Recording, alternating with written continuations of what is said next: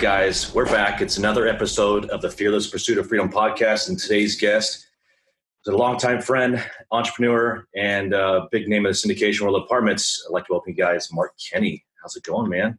Good. Thanks for having me, Brandon. Appreciate it. Yeah. So I know you well, but my audience may or may not. So let's dig into who you are and what you do and why you got into it, man. Yeah, I'll give a little bit of background story-wise. Grew up in Michigan, one of 7 kids, and I didn't have a lot. Yeah, 7 kids. Wow. 4 sisters, 2 brothers, and I have an identical twin brother, which was really cool, actually, and still is cool. Yeah. But we, my dad worked a lot of hours. We had, food, and we had a place to, live, and that's pretty much it, frankly. Right. I was buying my own clothes, my own bike, and everything at 10 years old. And I'm like, this kind of stinks, actually, for a kid to be having to do that. So I need to do something differently, and didn't know what it was really, but I always loved real estate. So I did the normal thing, went to college, went to Michigan State, went for accounting, but senior year started looking at properties, kind of smaller properties, 2 to 4 unit. Mm-hmm. And my dad wasn't doing it. Nobody else I knew really was doing it. My brother and I were like, well, everybody needs a place to live. Makes sense to us. We started looking, got our first offer accepted when I was 22. My dad, unfortunately, talked me out of that particular deal. Really? He did it to protect me or what he thought, but yeah. At the end of the day, I backed out of that. Felt like, didn't feel too good about doing that. But shortly after that, got another deal, closed it out. It was a big rehab. Didn't tell my dad till after we closed it, so he couldn't talk me out of that one. Yeah. And started buying smaller properties, like 2 to 4 units with my brother. And I was CPA for a while, did IT consulting, had my own IT company, and continued to buy small properties. In 2008 is when I started my IT company. In 2013, I was working about 85 hours plus a week consistently, slept about 3 hours a night, like literally like 7 days a week. Not good for health. And no. Worst case was it's not good for your marriage. Yeah. So, my wife Tamiel was like, yeah, something needs to change. And to the point where she's like, I'm going to leave potentially, Like, whoa, She'd been warning me, but I just said, this is the way it is. Mm-hmm. So I said, well, in order for me to replace my IT income, I need to buy bigger deals. And I can't buy deals every 3-4 years and sustain my income that I was making. So started syndicating, started in 2013. Took me almost a year to find my first deal because everyone's busy, and I was busy at another level, frankly, it really was. And it took me a while to do that, but that's kind of how we got started. And after about 2 years, a little over 2 years, I stopped doing IT completely and started just doing full-time syndication. We've done well over 4,000 doors since that point in time. And that's and we started an educational group. And the main reason for that really was, I'm like, man, I sure wish somebody would have taught me everything I know now when I started.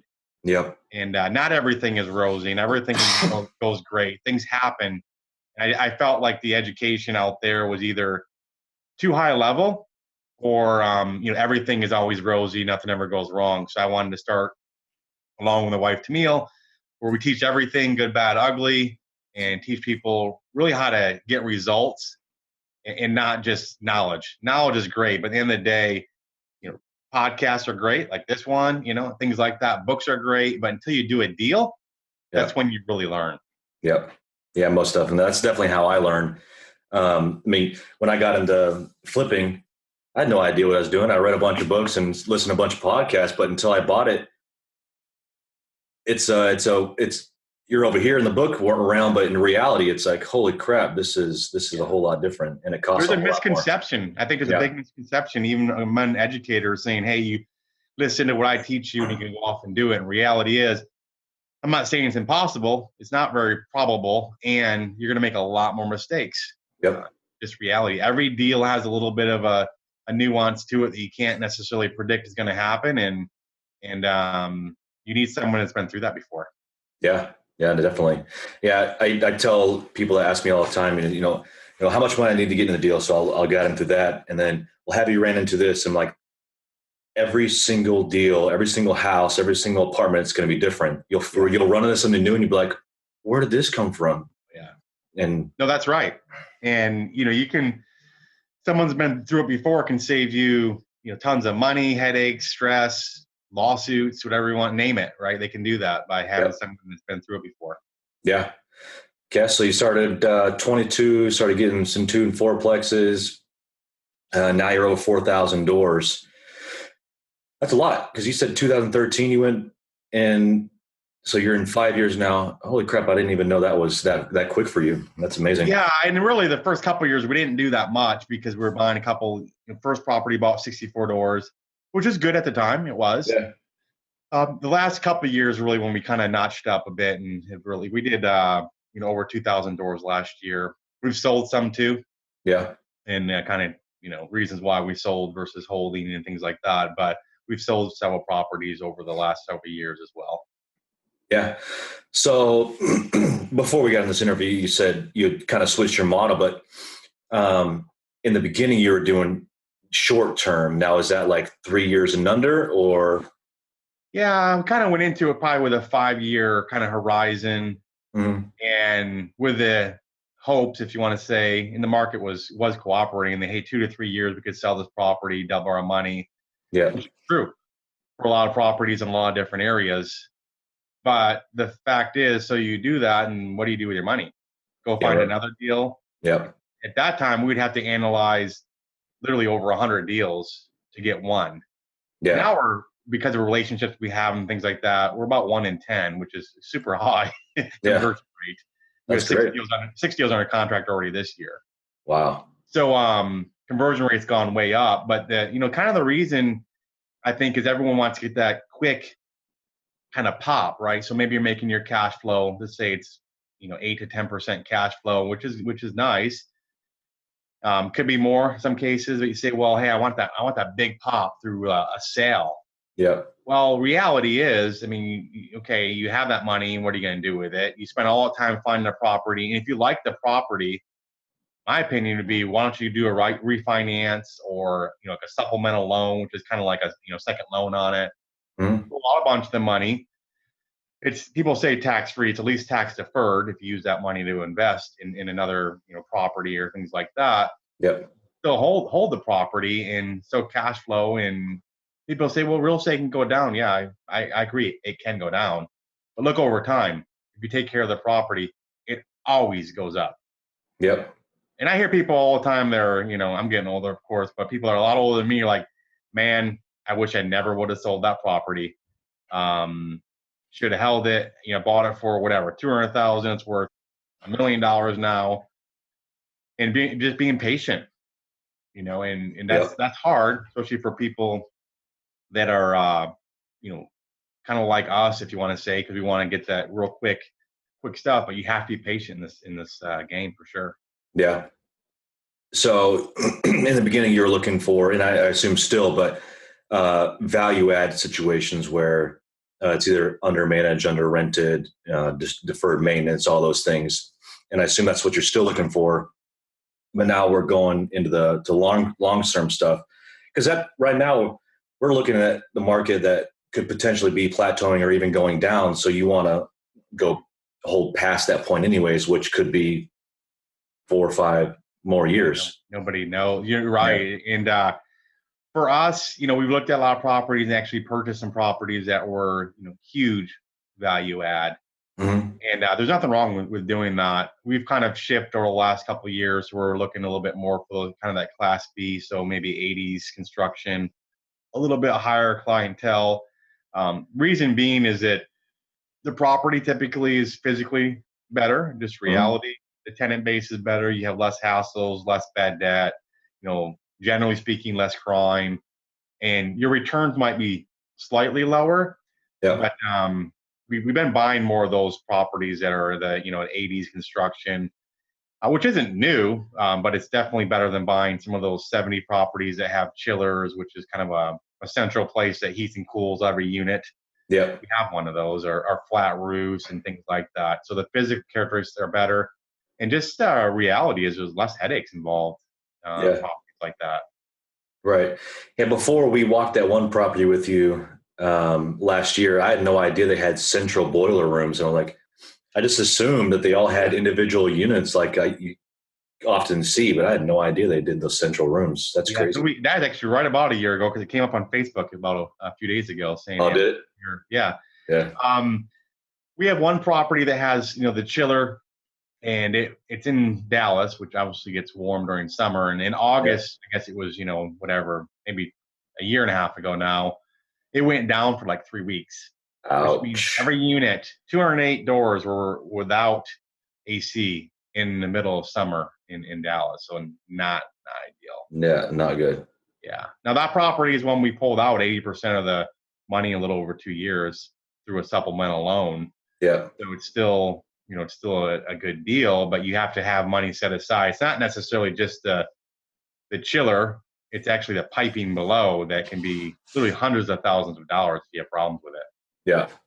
So that one took 3 weeks, without giving away, the exact price. But I mean, was that into the six figures repairing that for 3 weeks? No, we didn't need to get a new one. It was like 48,000, something like that, I think, Yeah. to make the repair. And it seems silly because they're like, hey, the parts coming in from wherever. I'm like, well, can't somebody literally get on a plane and go get it? I mean, Yeah. and I don't know. There were a lot of issues trying to get that particular part. Yeah. But it was close to 50,000 for that. Wow. And so those are things that you try to budget for in the beginning. You can't imagine a $50,000 random, maintenance thing coming up. Yeah, I think if you have a chiller and depending how old it is and things like that, you're going to want to up your working capital. So kind of the reserve account that you hold, you Yeah. definitely want to put more there. And I tell people I've never been stressed about having too much money in the bank, but the reverse has been true where I've been stressed not having enough money in the Yeah. bank for something that could come up. Yep. Yeah, I definitely feel you there, especially the single family flipping game.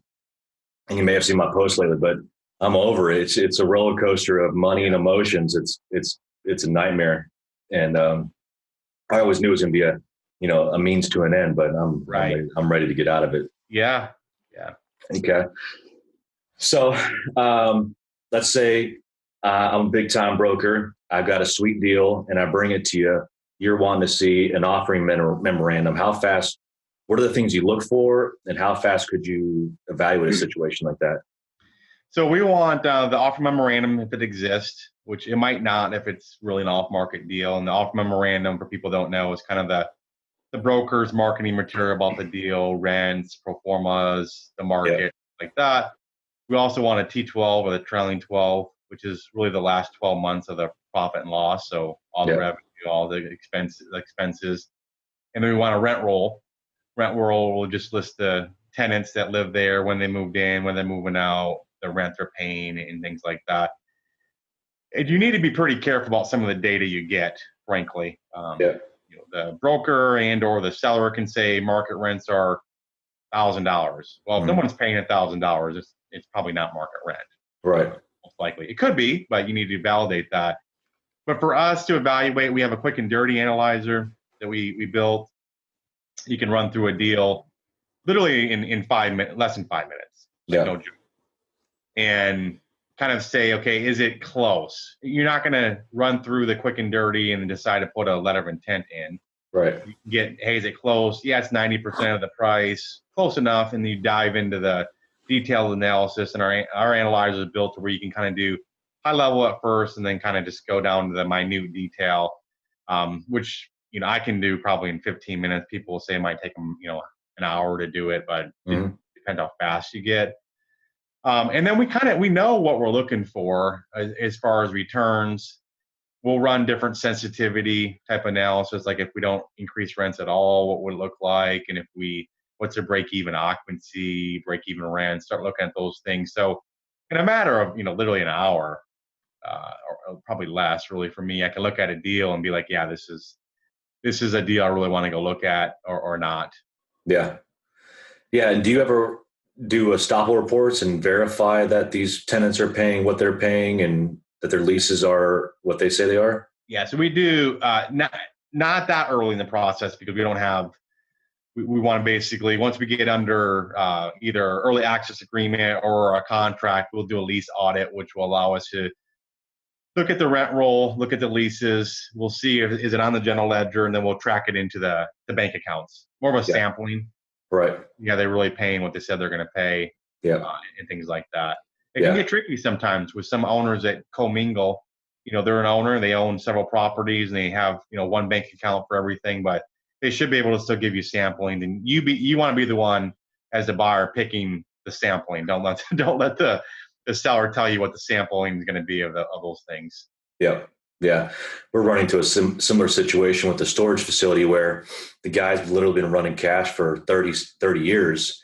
And so we're having to go through, or going to be going through all the leases and sending out certified estoppels to verify who's paying what and for how long they've actually been there and if they're actually late or on time. And so I assume you run into the same things in multifamily. You can. Yeah. We don't run into it that much. As you might, some of the storage unit, I don't know what it is, 90% are owned by kind of mom and pop, right? Yeah. Yeah. But it's high. A lot of people we deal with, we're buying, typically 100 plus and sometimes, 200, 300 plus unit properties. The people are, generally speaking, a little more sophisticated than your regular mom and pop. Yeah.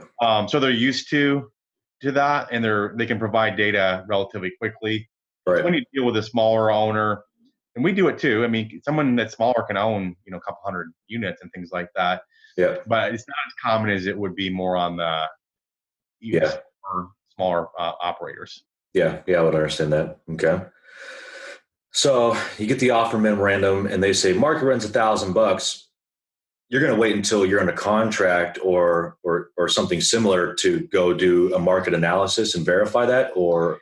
No, we'll do preliminary. So if it's, hey, it looks pretty good deal based on what we're seeing so far, we'll go set up a property tour and we'll, walk through as many units as they'll let us. It's not going to be, they might only get you into, 3 to 6 units, just depends on the property. Yeah. What they have vacant and things like that. But you want to see as many as you can that they're going to let you. And then, your contract will have certain stipulations in there that will allow you typically a 30-day period of time. It can be shorter, a 30-day period of time due diligence where you then go on site. That's when you're going to hire all your contractors to come on, look at the roofing, plumbing, electrical. I mean, do everything. Everything. Don't be like, well, I'm going to look at, a sampling of units and things like that. Pay the money to do it because you need to do that if you're going to start buying a property. Yeah. And that's when we do the lease audit as well. Yeah. And the seller has to, kind of written warranty certain things. So if they're like, we get the lease audit and done, we're like, man, it's like, all these leases are wrong compared to what they're paying and things like that. Mm-hmm. You can get out. If you have hard money, which just means you put money down up front, and technically it's hard, meaning the seller gets that money if you walk away. Yeah, that can get tougher. I mean, if you want to have verbiage in your contract that allows you to get out for like title issues, environmental issues, if they're not being truthful, things like that. Yeah, you want to make sure you have that in there. Yeah, I was about to ask you hard versus because they could have fluffed a little bit, and then you get into it and you got $250,000 hard money down. I always wondered if you had a way to get out after that went hard. So 90% of the time we've had hard money. We avoid it if we can, but sometimes it can't be avoided if you want to get the deal. Yeah. We get what's called an early access agreement, which literally allows us to get in and complete 100% of our due diligence before we sign the contract. Yeah. Now, why a seller lets us do that, I really don't know. Yeah. It happens all the time that we're allowed to do that. So, and that way you're already done with everything and you're out maybe, $60 a unit for someone doing due diligence. That's nothing compared to what you could be out. Right. We try to get that up front. Yeah. So you go in. So I know that you buy out of Texas. So you're buying in, you've got some in Atlanta, I thought, right? We do. Yeah. So you're underwriting at home in Dallas, and then you're flying out with your inspectors, your plumbing, HVAC, mechanical, all these inspectors, and you're meeting them there, and you're doing, I'd assume it takes several days to run through all these, or weeks. About a day for 100 units. Right. Okay. Not too bad. Yeah. We don't go out there and go through all the effort either unless we'll engage a proper management company that we use. So we're in 5 states. So we have property management companies in different locations Yep. that we trust. And then we'll get their opinion. Hey, can you drive by this property, look at a few units for us, give us a budget, which they may or may not do, depends on timing and things like that. But ideally, we get a management company to go look at the property, give us their input, and give us a budget as well of what they think. It's an independent budget. Don't share your budget with them first and say, hey, give me a budget based on what I think. Right. I want them to do it independently, the revenue, expenses, and things like that. Yeah. Yeah. I made that mistake in the beginning with rehabbing, was going into the GC and be like, all right, I think it's gonna be like 35,000. And they'll come back, oh yeah, it's definitely 35,000 when it could have been 25 or whatever. Yeah. Yeah. I made a mistake in the beginning.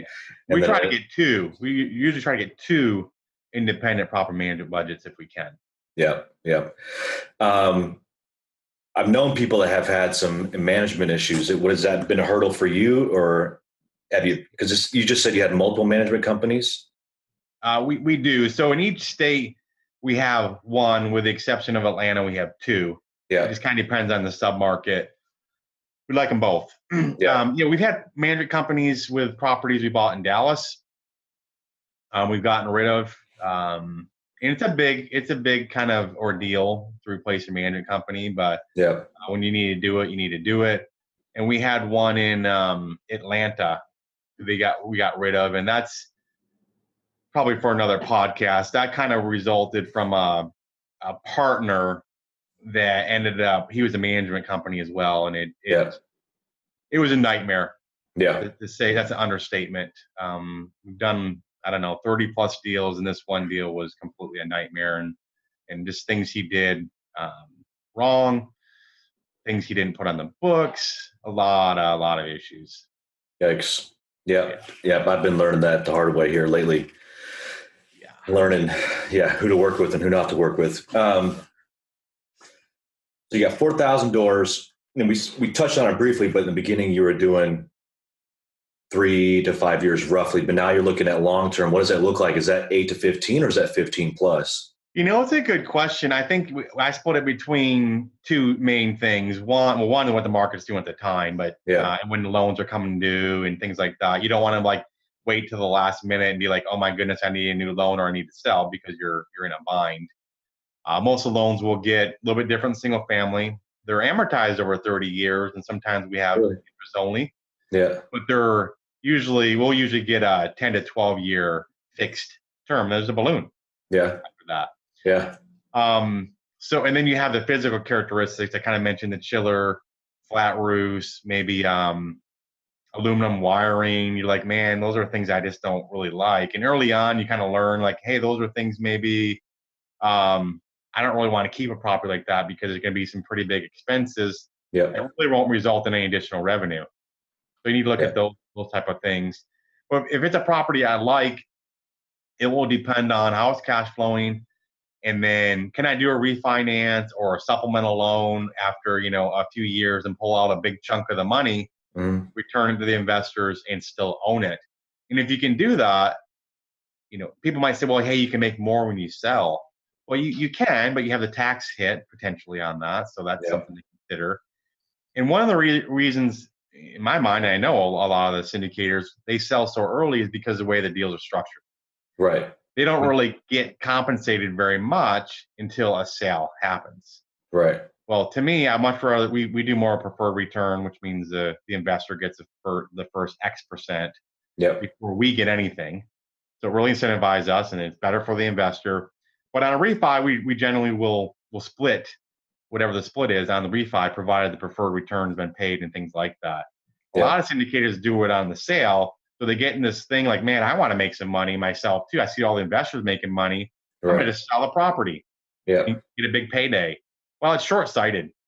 Yeah. In my personal opinion, because there are a lot of people that look at deals and look back after and go, man, I thought I sold it at a pretty good price. And 2 years later going, man, I could have sold it for a lot more.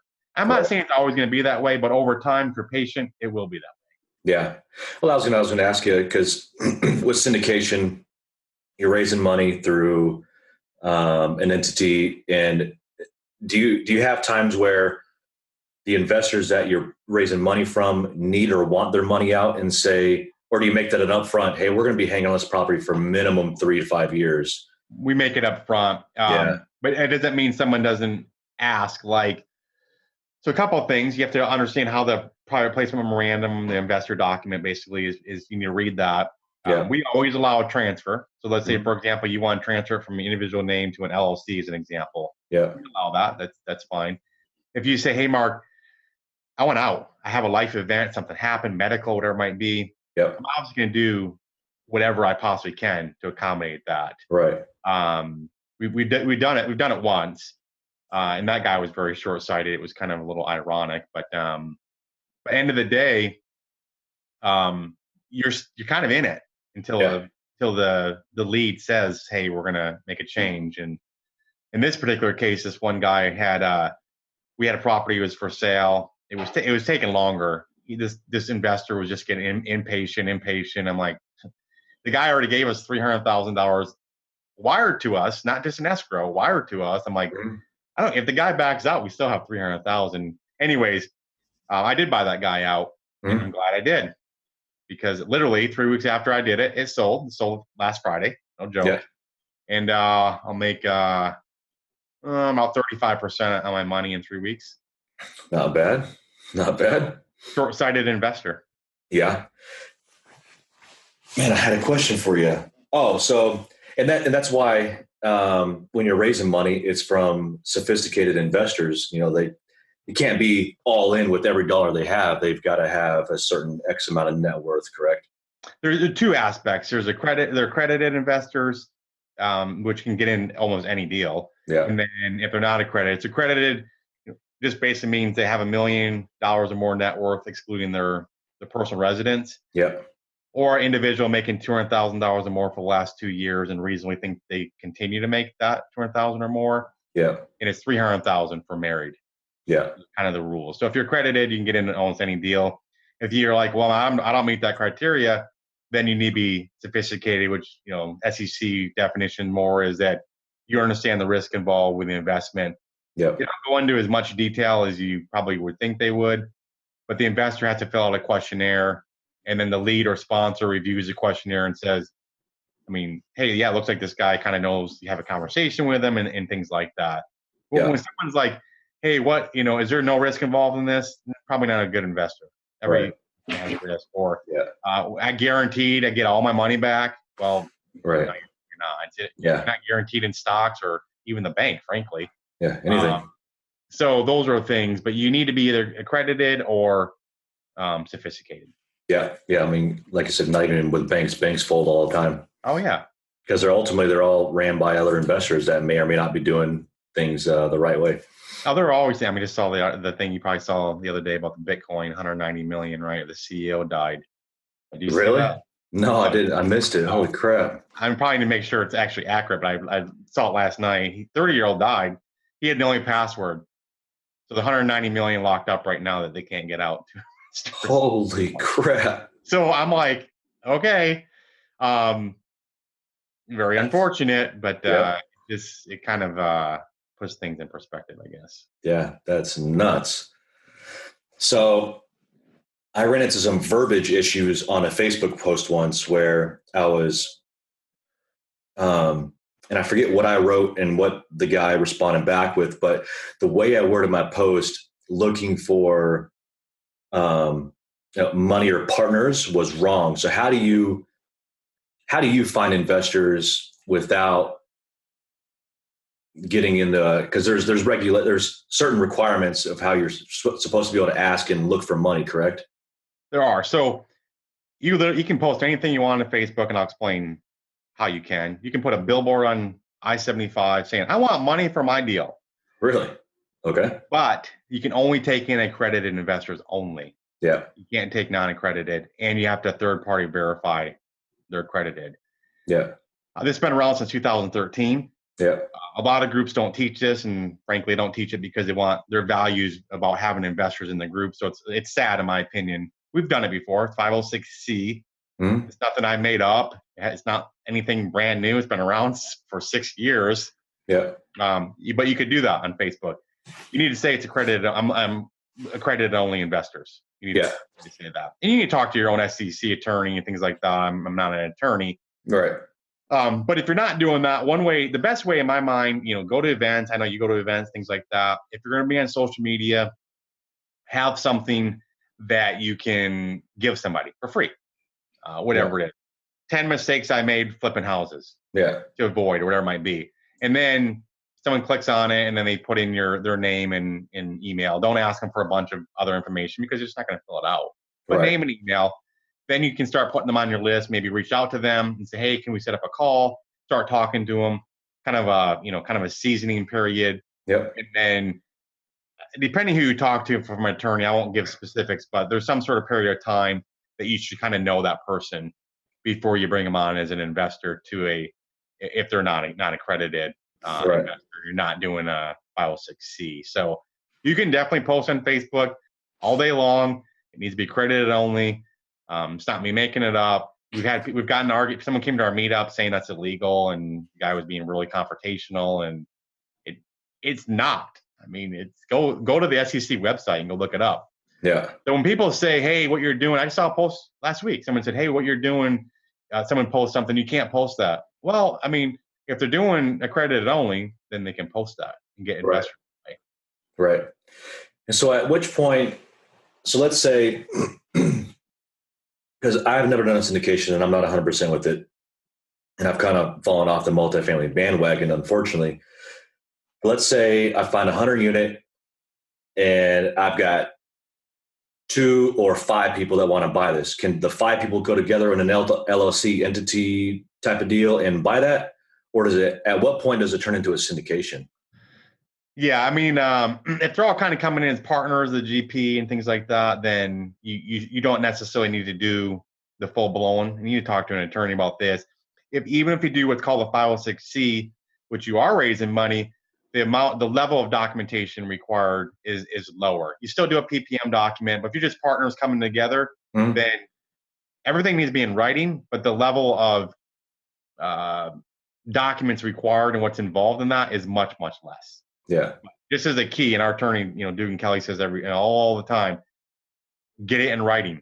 It has to be in writing. And I've been through things before where, attorney will say, well, where is it in the contract? Well, the guy said, where is it in the contract? Show me where it is. Well, it's not there. Okay, thanks. Next question. Yeah, right. Ouch. The contract. Yeah, if you haven't been in mediation before, believe me. And then they'll say, did you sign this? Is this your signature here? Yeah, so you signed. Okay, so you understood what you signed. I mean, that's a game, right? Yeah. Getting writing, I don't care what it is. I don't care if it's your best friend. Yeah. If it's even if it's your relative, get it in writing. Yeah. Yeah. Most definitely. Yep. Yep. I'm learning that right now as well. Yeah. And thinking about that made me lose my train of thought. But okay, so let's say. No, I lost it. I totally lost it. Okay. That's right. I had no idea that they did 30-year loans for these things. That's amazing, actually.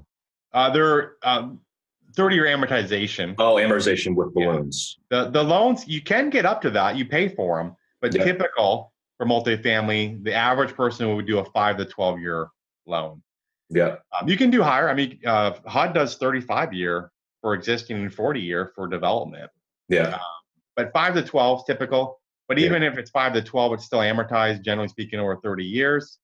It's non-recourse, which is a huge difference between, single family, 4 units and below and 5 units and above. It's non-recourse, which means you don't have personal liability. But let's be real about it. If you're going to do something fraudulent or deceitful, then you have liability. Yeah, it's coming on you should.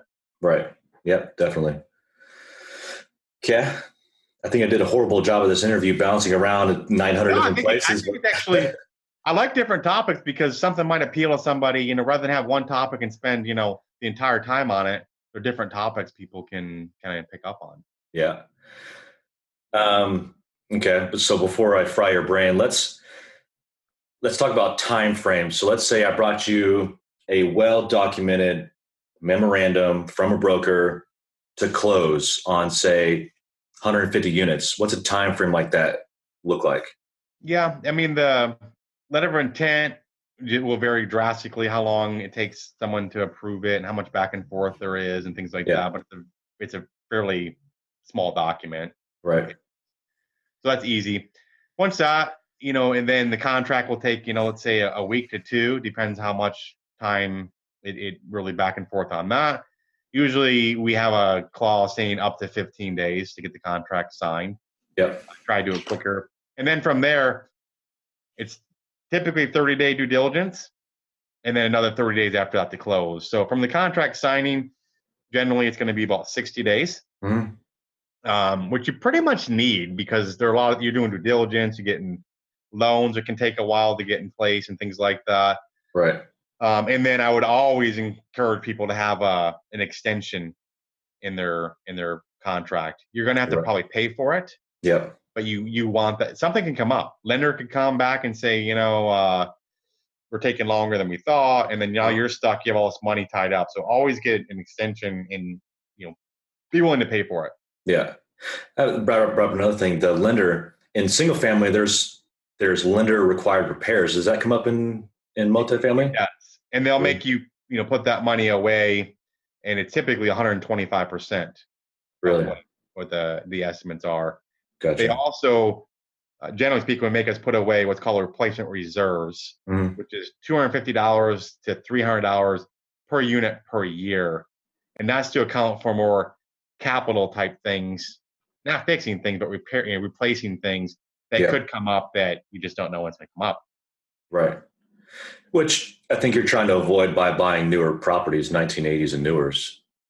It is. And in addition to that, we also will generally have a contingency, and then we'll also have what's called working capital, where we'll put, one full month's rent of all the units rented, basically, if you want to say, let's say it was $100,000, we'll put that away as working capital. And you need that for a lot of reasons. In some cases, you need more if you're trying to get repair, it's repaired escrow with a lender. And now you're like, hey, I have to go get a roof done. And the roofer wants $150,000 to get started. And the lender's like, well, come to me when it's finished. Right. And I'll pay you. And by the way, I'll take my own sweet time. Yeah. When I pay you. So here you are 3 months later trying to get reimbursed for stuff, and you don't have the money. So ouch. If you have a big rehab and a lot of the money is going to be sitting with the lender, you're going to want a bigger working capital account. Yeah. Yeah. I never thought about, well, I guess I would have, but the roofers want a giant check up front just to get started. Yeah. We run across it all the time, and it can be an issue because we had one deal, no joke, and this is extreme. There's certain reasons why it happened. The lender took 5 months to reimburse us for money we already spent. Ouch. Yeah. That's nuts. It was $250,000. Yeah, not a little tiny check. No. You want to make sure you have that covered. Yeah. So you started Think Multifamily to help people with education. I haven't been in a while because it's way out there in Grapevine. I need to make a better job at getting out there. Yeah.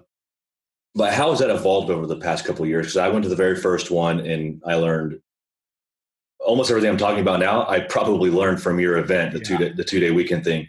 Yeah. But I'm seeing Kingly associated with you guys and everybody else. But so I know it's evolved a little bit since I've been there. What does your platform look like now? And like if somebody were to go to Think Multifamily, what can they expect? Yeah. So first we started it, to do events, help people. We started doing webinars, and we had the event you came to. We've had other events. And it was just education. Yeah. And then people were like, man, you should like coach people and things like that. And so a few years ago, if you would have said we're going to be doing education, I would have said, no, I don't think we're going to. But both my wife, Tamiel, and I just fell in love with doing it. Yeah. The events and helping people. So about a year ago, we said, okay, we'll start coaching people in this one-on-one. So we help every step of the way. We kind of call it more family syndication, where if you come in and maybe you're good at finding deals, but you don't have the net worth, liquidity, somebody else in the group will come in and sign the loan for you, or maybe they'll come in as part of the general partnership, help raise capital and things like that. So we did, at first year, we did about 20 deals, 2,500 units. It was like 180 million, which was good for a first year for sure. Yeah. And it was really more of a mindset. The smallest deal anyone did in the group was 90 doors. So everyone was like, hey, I'm going to do 10 units, 20 units. And the question I always ask is, well, why don't you do 100 units? And some people have a legitimate reason. Well, I want to get it by myself, and I'm not going to partner with anybody. I don't want anyone else signing the loan with me, and this is all I can afford. Yeah. That's a different story. Yeah. And that makes sense. If you're open to partner with other people, our whole group was structured to help people get involved in a deal as fast as possible, using a skill set that they were kind of born with, but maybe enhanced by learning more. So if you're good at analyzing deals, that's something that can be easily developed. If you're good at finding deals or building relationships or raising capital, we have people from other groups. We just have 2 guys right now from another group that came in, and they literally should be in a deal in less than a month. The very first, just coming in the group. Wow. They're able to provide something of value, and they're getting something of value. So it changed. We didn't really know it exactly worked that way when we started it. It's very much of a community, more collaborative. A lot of the other groups are very competitive. Mm-hmm. We're very collaborative. I mean, some groups you tag a deal and nobody else in the group can get the deal. I mean, in my mind, just silly. Yeah. And we don't have a lot of the rules. We deliberately started it saying we're here to educate. We'll teach all aspects of it. Where a lot of groups, they teach what they self-serving aspects. I'm just being, frank. We teach all aspects of it. And branding, marketing yourself, and things like that. We're all for that. And then you, as an adult, can make your own decisions how you want to structure deals, who you want to partner with. We don't dictate any of that, and most groups actually dictate that. And if you don't follow those rules, then you get in trouble or consequences for that. And to me, everyone can make their own decisions. Yep. It's their business, and we're just here to help educate and help them get deals quicker and help support them any way they need help. Yeah. That's kind of how it's evolved. And like I said, we have 6 deals right now under contract this year already. And we're always looking, we have some really good broker relationships, so our conversion rate's a lot higher now than it was before. And my whole goal is I want people to be able to retire, and when that means different things for different people. In 3 years or less, people are like, well, why 3 years? It's like, well, I did it in less than 3 years, and I didn't have anyone very good helping me, frankly. Right. And I didn't know that much, and now I know a lot more. And it's one-on-one coaching. I do all the one-on-one coaching right now, and every step of the way, I'll help people, whatever it is, and I'm always available. We hear that, our whole thing is our customer service level. We want to be above and beyond what everyone expects. Yeah, and that's what we've been able to do. Yeah, well, I definitely noticed that, especially sitting down with you guys with that Philippine outreach group. It was amazing. So yeah, that's cool. Okay. Don't want to take up too much of your time. So knowing you, we both like exotic cars. Yes. Remind me of your dream exotic car. So my dream exotic car, and actually it's when people say money's no object, and then they tell me, well, I want like whatever. I'm like, that's not your dream car, right? Yeah. So mine is Koenigsegg. Oh yeah, that's right. Yep. But those aren't cheap. It's like 2.3 million or something, right? Yeah, it's pretty pricey. Yeah. But I'm looking at potentially doing more of an older muscle car, actually. Yep. Resto mod. And I want it to be a day. I'm not taking it to go to shows. I'm gonna drive it. And it'll probably be a daily driver, but it'll be a great car. Yeah. Yeah. I mean, if I ever get to the point where I can afford a Lamborghini Huracan, I mean, I'm going to drive that thing every single day, no matter how uncomfortable it is. Yeah. So I'm looking at a couple 60s cars right now people go, why would you do that? Well, I want to do it pretty much my entire life. Yeah. I'm getting a lot older now. I'm like, if I'm going to do it, now's the time to do it. Yep. So I've been actively looking at that, but I do love cars. I don't have a car right now that I like. I've had it since 2008, paid cash for it. Mm-hmm. So I think it's now it's time to do something. Yeah. But it's for me. People might not even know what that car is. Like, I don't care if they know what the car is or not. I'm doing it because I appreciate that car. I like that car. Yeah. And it's going to be custom to what I like. Yeah. Yeah. I mean, I've never understood why. I mean, I get why people say, buy assets over depreciating, but like, I want a freaking, whatever, Lamborghini, Ferrari. I'm going to buy it because I want it, not to impress anybody, but it's what I worked hard for. I mean, the same people that say that they're probably not a car person, or they're like the same person that going out spending $3,000-4,000 on a meal with a Yeah. group of people. It's like, well, you could go to Wendy's. So what Yeah. it's whatever. Not everything. This is where I disagree with a lot of the whatever Mhm. people. Not everything's a financial decision Yeah. unless you want it to be. So we're going to put a pool in our house. Yeah. That's a silly financial decision. Right. But the enjoyment we'll get out of it, the kids will get out of it, and having people over, Yeah. that's worth something to me. Yeah. You're going to spend 60, 70, 80,000. And then when you go to sell, it's worth 15. Yeah, exactly right. But all the memories, all the friends, all the That's joys. right. Yep. So you have to make your own decisions. What's important to you? My wife likes clothes. I'm like, man, clothes are silly. But to me, Same, she same thinks deal. cars. She's like, why would you spend that much money on a car? I'm like, well, I like cars. Yeah. Yeah. I mean, me, I wear the same 5 shirts every week. Whereas Ashley and the girls like new clothes all the time. And I'm just like, Yeah. to each his own. Yeah. Oh yeah. So But, you need to enjoy Mhm. things too. I've done a really poor job of that, of like say celebrating wins. Yep. I've always kind of felt guilty, frankly, by doing it. I don't really know why. I was talking to my brother yesterday about this. Like, I feel guilty buying stuff for myself, and Yep. I think it's because I think, well, what if I actually needed that money someday? Yeah. Or we grew up without a lot, so I should just be okay with that. But Yeah. it's okay to buy something for yourself. Yeah. Yeah. I say it all the time, be selfish, Yeah. reward yourself for the hard work. Yeah. And I probably shouldn't have bought my Raptor, but I did because Yeah. I All wanted right. the thing. I wanted Yeah. that thing. So Not everything's permanent anyway. So, so what? I get an yeah, old car and I'm like, well, 2 years later, I don't really want it anymore. I sell it probably for the exact same price or more than I bought it for. yeah. And So, if you lose a couple thousand, whatever. yeah. Yeah. Yeah. You Yeah. still get enjoyment out of it. Yep. Yep. I think you posted something the other day about someone doing exotic car hacking, right? I don't think I did, no, but there is a group out there that supposedly is like legit where they've figured it out. But some people will buy the nice car and then rent it out. I don't think I'd ever rent it out, but if somebody said, "Hey, can I bring my wife on a date?" I'm like, "Here's the keys." Absolutely. I mean, that's Yeah. what it's for. Yeah. Yeah. So cool. Okay. Speaking of that, if you had 6 months to live, what would you do with it?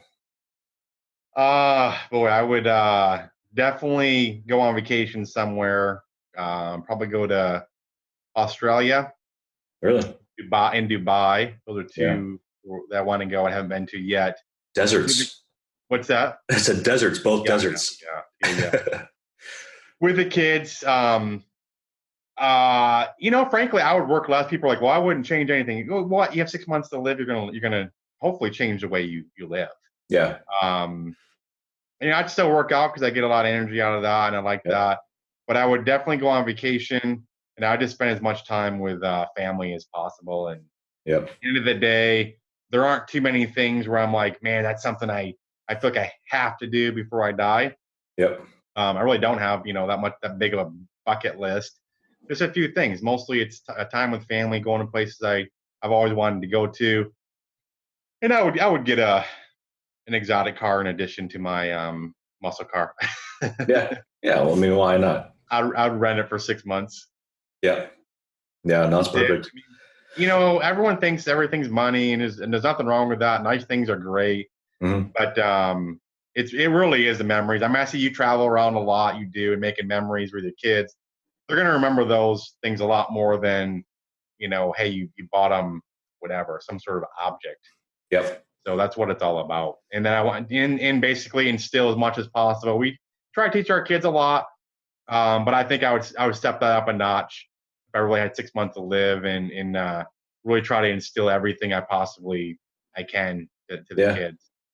Well, because you're having them even speak at your Think Multifamily things every so often, right? We do, and Yeah. that's cool. And our son's very interested in it, as far as potentially trying to do it as a career. He's Yeah. 14, so we'll see.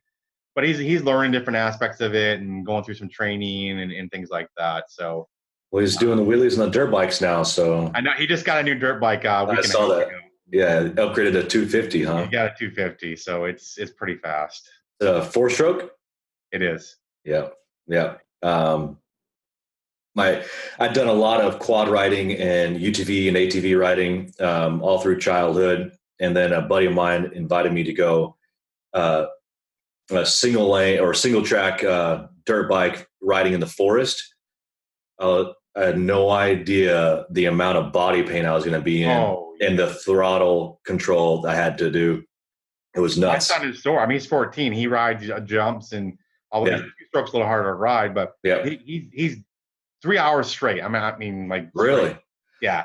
I mean, he Jeez. might come by to say, "Hey, Dad," and then it takes off. Right. And he is exhausted. He falls asleep in the car half the time on the way home. Yeah. It's people don't realize how hard it is. It's a hard sport. Yeah, 3 hours. Holy Moses. That guy. That's crazy. I don't remember how long we rode, but I remember thinking, are we going to slow down? Like, can I take a break real quick? Get some water. Yeah. I don't really ride.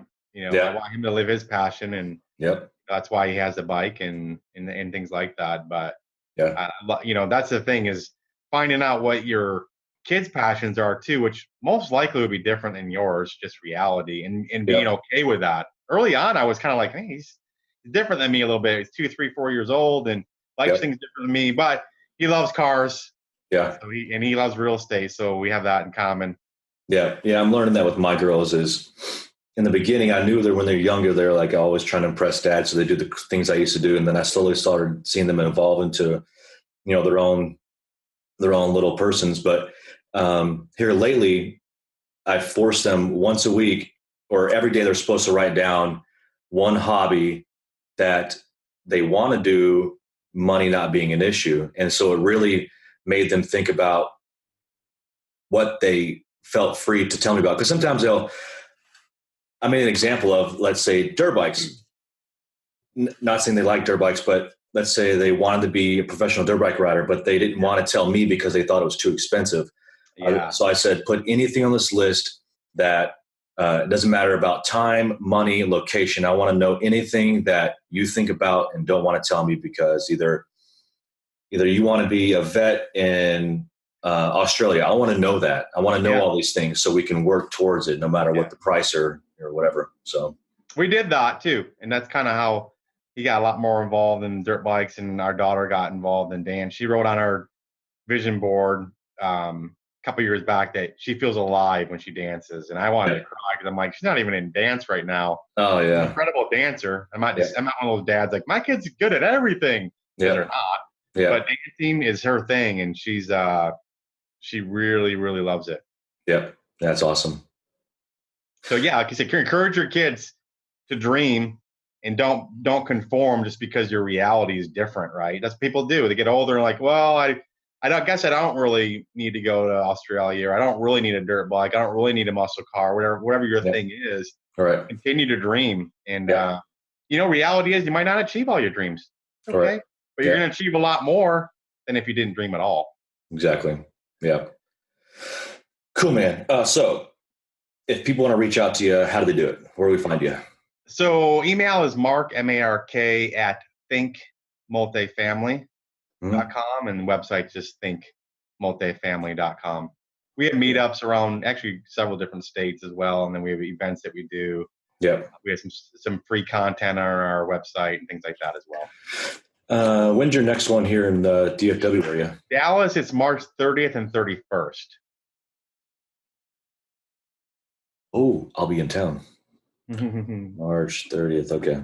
It's turned out to be the one of the bigger ones we've had so far. So yeah, I need to get reconnected. I mean, you may have seen that I'm trying to concentrate more on commercial deals, and storage units just seem to be something that I've gravitated towards. But I am actively cold calling multifamily apartments between 4 and 150 units.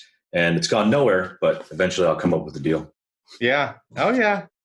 So it's part of it's the broker. I mean, you can potentially get a deal, but developing those broker relationships, you just get a lot more deals. Once you get a reputation for closing, you get deals sent to you, and they'll call and they'll cherry pick them for you.